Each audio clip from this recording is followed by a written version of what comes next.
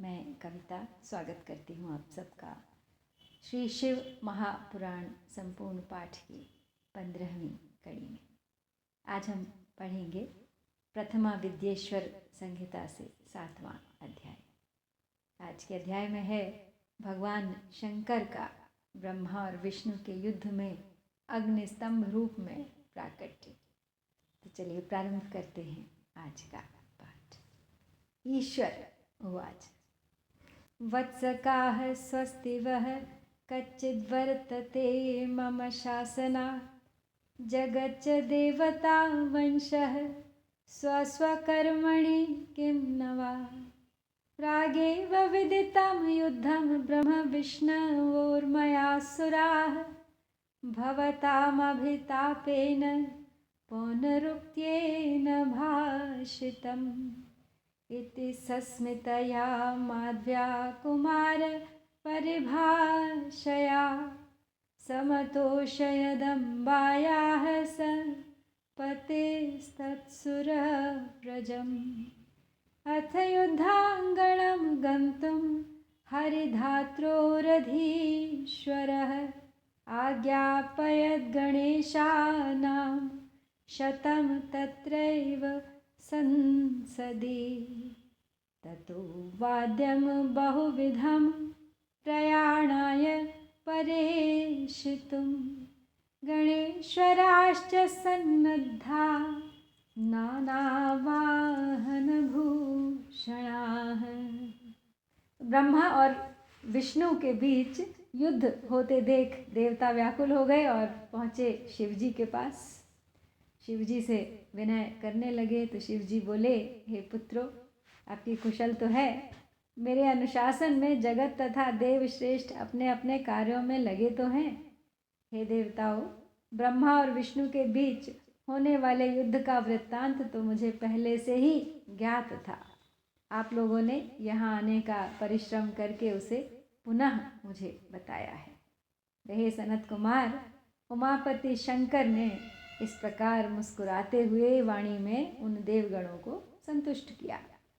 इसके बाद महादेव जी ने ब्रह्मा और विष्णु की युद्ध स्थली में जाने के लिए अपने सैकड़ों गणों को वहीं सभा में आज्ञा दी।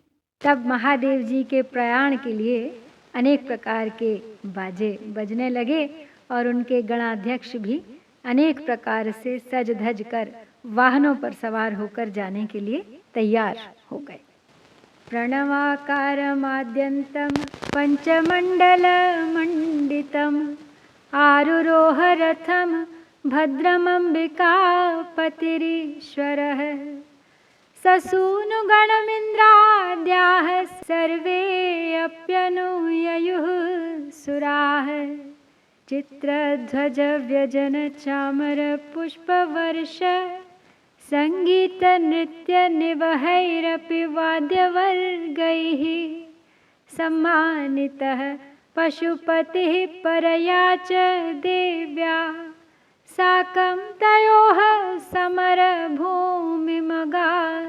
सैन्यः समीक्ष्यतु तयोर्युद्धं निगूढोऽभ्रमं समास्थितः समाप्तवाद्यनिर्घोषः शान्तोरुगणनिः स्वनः अथ ब्रह्माच्युतौ वीरौ हन्तु कामौ परस्परं माहेश्वरेण चास्त्रेण तथा पाशुपतेन च अस्त्रज्वालैरथो दग्धं ब्रह्मविष्णवोर्जगत्त्रयम् ईशोऽपि तं निरीक्षाथ यकालप्रलयं भृशम् महानलस्तम्भविभीषणाकृतिर्बभूव तन्मध्यतले स निष्कलः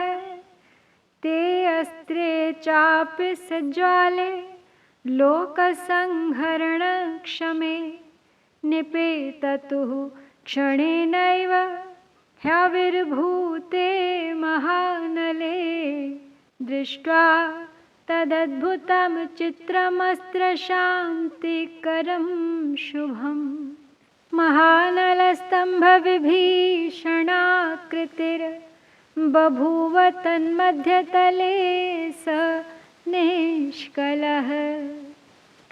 तो भगवान उमापति 5 मंडलों से सुशोभित आगे से पीछे तक प्रणव यानी ओम की आकृति वाले सुंदर रथ पर आरूढ़ हो गए और इस प्रकार पुत्रों और गणों सहित प्रस्थान किए हुए शिव जी के पीछे पीछे इंद्र आदि सभी देवगण भी चल पड़े। विचित्र ध्वजाएं, पंखे, चंवर, पुष्प वृष्टि, संगीत, नृत्य और वाद्यों पशुपति भगवान शिव भगवती उमा के साथ सेना सहित उन दोनों यानी ब्रह्मा और विष्णु की युद्ध भूमि में आ पहुंचे। उन दोनों का युद्ध देखकर शिवजी ने गणों का कोलाहल तथा वाद्यों की ध्वनि बंद करा दी तथा वे छिप कर आकाश में स्थित हो गए। उधर शूरवीर ब्रह्मा और विष्णु एक दूसरे को मारने की इच्छा से माहेश्वरास्त्र और पाशुपतास्त्र का परस्पर संधान कर रहे थे। ब्रह्मा और विष्णु के अस्त्रों की ज्वाला से तीनों लोक जलने लगे। निराकार भगवान शंकर इस अकाल प्रलय को आया देखकर एक भयंकर विशाल अग्निस्तंभ के रूप में उन दोनों के बीच में प्रकट हो गए। ते अस्त्रे चापि सज्ज्वाले लोक संहरण क्षमे निपेततुः क्षणेनैव ह्यविर्भूते महानले। दृष्ट्वा तदद्भुतं चित्रशान्तिकरं शुभं किमेतदद्भुताकारमित्यूचुश्च परस्परम्।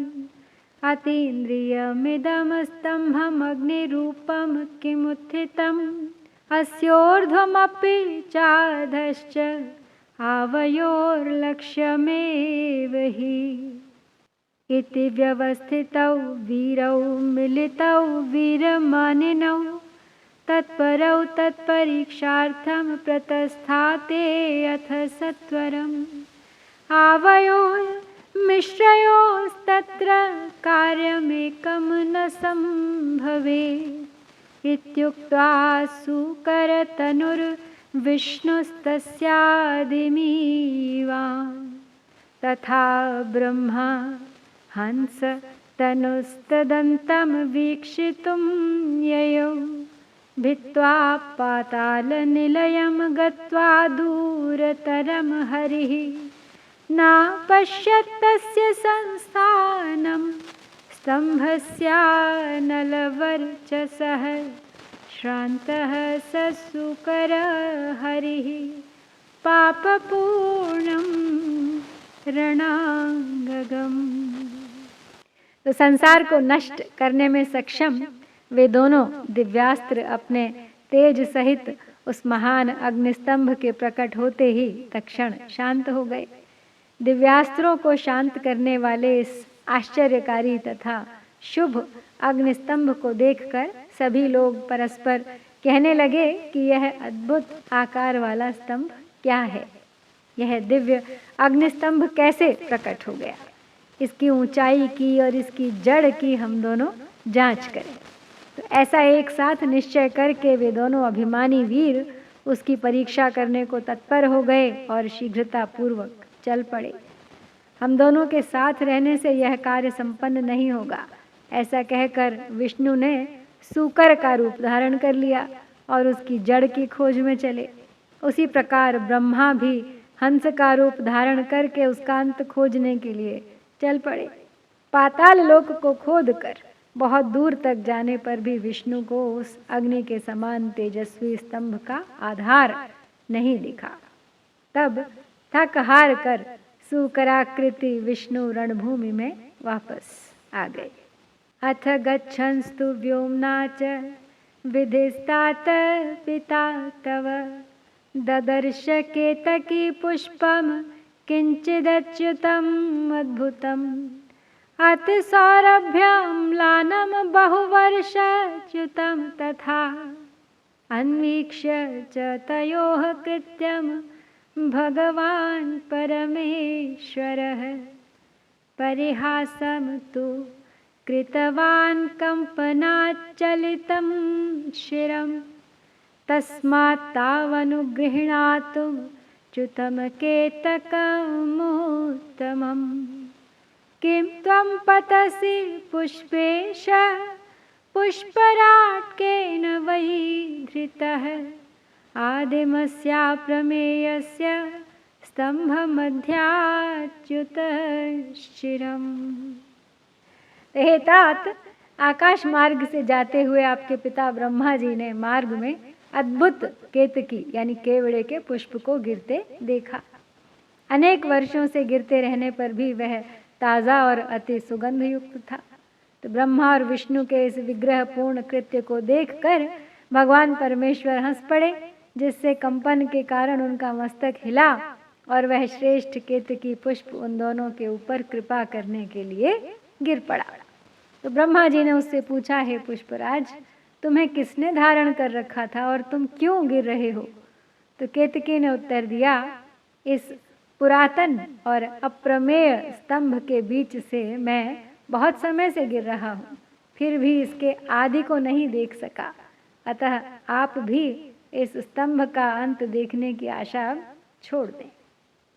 ना संपश्यामि तस्मात् त्वं जह्याशामन्तदर्शने अस्यान्तस्य च सेवार्थं हंसमूर्तिरिहागतः इतः परं सखे मे अद्य त्वया कर्तव्यमीप्सितं मया सह त्वया वाच्यमेतद्विष्णोश्च सन्निधौ स्तम्भान्तो वीक्षितो धात्रा तत्र साक्ष्यहमच्युत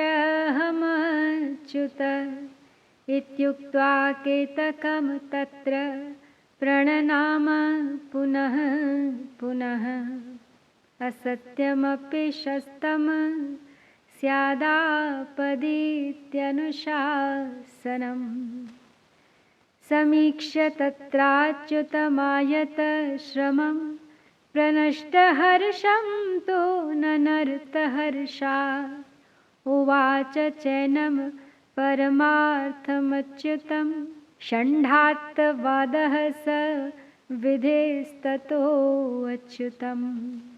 स्तम्भाग्रमेतत्समुदीक्षितं हरे तत्रैव साक्षी ननु केतकं त्विदं ततो वदत्तत्र हि केतकं मृषा तथेति तद्धात्रीवचस्तदन्तिके हरिश्च तत्सत्यमितीव चिन्तयश्चकार तस्मै विधये नमः स्वयं षोडशैरुपचारैश्च पूजयामास तं विधिं। तो ब्रह्मा जी ने कहा कि मैं तो हंस का रूप लेकर इसका अंत देखने के लिए यहाँ आया हूँ। अब हे मित्र, मेरा एक अभिलाषित काम तुम्हें करना पड़ेगा। विष्णु के पास मेरे साथ चलकर तुम्हें इतना कहना है कि ब्रह्मा ने इस स्तंभ का अंत देख लिया है। हे अच्युत, मैं इस बात का साक्षी हूँ। तो केतकी से ऐसा कहकर ब्रह्मा ने उसे बार बार प्रणाम किया और कहा कि आपातकाल में तो मिथ्या भाषण भी प्रशस्त माना गया है, यह शास्त्र की आज्ञा है। तो वहाँ अति परिश्रम से थके और स्तंभ का अंत न मिलने से उदास विष्णु को देखकर ब्रह्मा प्रसन्नता से नाच उठे और षंड यानी नपुंसक के समान पूर्ण बातें बनाकर अच्युत विष्णु से इस प्रकार कहने लगे, हे हरे, मैंने इस स्तंभ का अग्रभाग देख लिया है, इसका साक्षी यह केतकी पुष्प है। तब उस केतकी ने भी झूठ ही विष्णु के समक्ष कह दिया कि ब्रह्मा की बात यथार्थ है। तो विष्णु ने उस बात को सत्य मानकर ब्रह्मा को स्वयं प्रणाम किया और उनका षोडशोपचार पूजन किया। विधिम प्रहर्तुम शठमग्निलिंगतः स ईश्वरस्तत्र बभूव साकृतिः समुत्थितः स्वामी विलोकनात् पुनः प्रकम्प पाणिः परिगृह्य तत्पदम् आद्यन्तहीन वपुषि त्वयि मोह बुद्धया भूयान् विमर्शैः नावति कामनोऽथः स त्वं प्रसीद करुणाकर कश्मलं नौ मृष्टं क्षमस्व विहितं भवतैव केल्या। ईश्वर उवाच वत्स प्रसन्नोऽस्मि हरे यतस्त्वमीशत्वमिच्छन्नपि सत्यवाक्यं ब्रूयास्ततस्ते भविता जनेषु साम्यं मया सत्कृतिरप्यलप्सि इतः परं ते पृथगात्मनश्च क्षेत्रप्रतिष्ठोत्सवपूजनं च इति देवः पुरा प्रीतः सत्येन हरये परं ददौ स्वसाम्यमत्यर्थं देवसंघे च पश्यति। तो उसी समय अब कपटी ब्रह्मा को दंडित करने के लिए उस प्रज्वलित स्तंभ लिंग से महेश्वर प्रकट हो गए। तब परमेश्वर को प्रकट हुआ देखकर विष्णु उठ खड़े हुए और कांपते हाथों से उनका चरण पकड़कर कहने लगे, हे करुणाकर, आदि और अंत से रहित शरीर वाले आप परमेश्वर के विषय में मैंने मोह बुद्धि से बहुत विचार किया, किंतु कामनाओं से उत्पन्न वह विचार सफल नहीं हुआ। अतः आप हम पर प्रसन्न हो, हमारे पाप को नष्ट करें और हमें क्षमा करें। यह सब आपकी लीला से ही हुआ है। तो ईश्वर बोले, हे वत्स, मैं तुम पर प्रसन्न हूँ, क्योंकि श्रेष्ठता की कामना होने पर भी तुमने सत्य वचन का पालन किया। इसलिए लोगों में तुम मेरे समान ही प्रतिष्ठा और सत्कार प्राप्त करोगे। हे हरे, अब से आपकी पृथक मूर्ति बनाकर पुण्य क्षेत्रों में प्रतिष्ठित की जाएगी और उसका उत्सव पूर्वक पूजन होगा। इस प्रकार परमेश्वर ने विष्णु की सत्यनिष्ठा से प्रसन्न होकर देवताओं के सामने उन्हें अपनी समानता प्रदान की थी। तो इस प्रकार श्री शिव महापुराण के अंतर्गत प्रथम विद्येश्वर संहिता में अग्निस्तंभ के प्राकट्य का वर्णन नामक 7वां अध्याय पूर्ण होता है। इति श्री शिव महापुराणे प्रथमायाम विद्येश्वर संहितायाम अनल स्तंभाविष्कार वर्णनम नाम 7मो अध्याय। ओम श्री सांब शिवाय नमः।